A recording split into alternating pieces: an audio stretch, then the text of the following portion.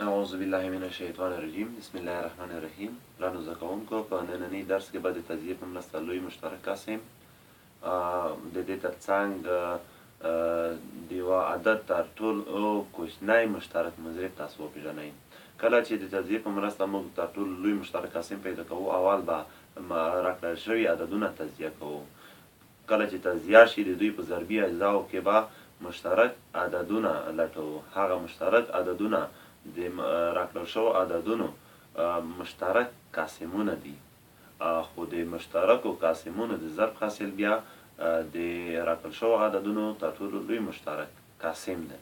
مثال د 390 او د 208 عدد مشترک قاسمونه 2 او 14 دي، ځکه په دواړو کې مشترک دي، او د دغو دوو عددونو د ضرب حاصل د 390 او د 208 عدد لوی مشترک قاسم دی. کله چې موږ پوه شو چې 2 او 14 د دغو عددونو مشترک قاسمونه دي، نو په یو وخت کې موږ دواړه په دغه باندې تجزیه کولی شو.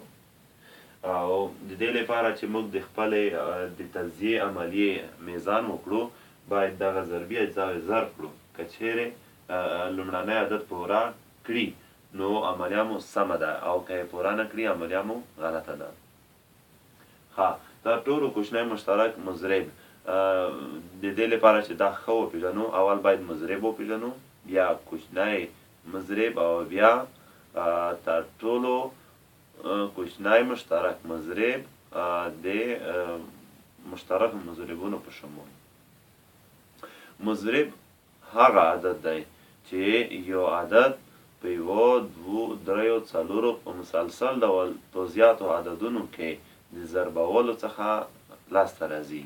مثال د دوو مضربونه 2، 4، 6، 8، 10، 12 او داسې نور ښودلی شو. ځکه که 2 په 1 کې ضرب کړو 2، که په 2 کې ضرب کړو 4، که په 3 کې ضرب کړو 6، که په 4 کې ضرب کړو 8، او که په 5 کې ضرب کړو 10.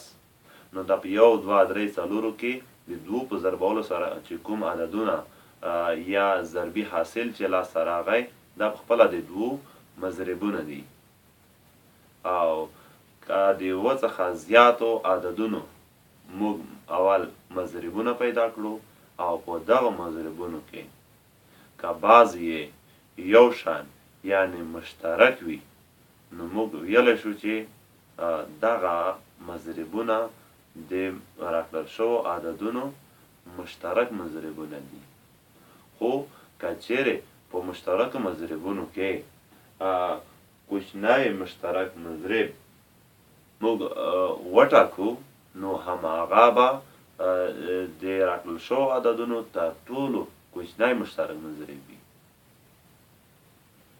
مثال د 6، 8، 12 عددونو مضربونو سیټونه مو په دې شکل ترتیب کړي دي.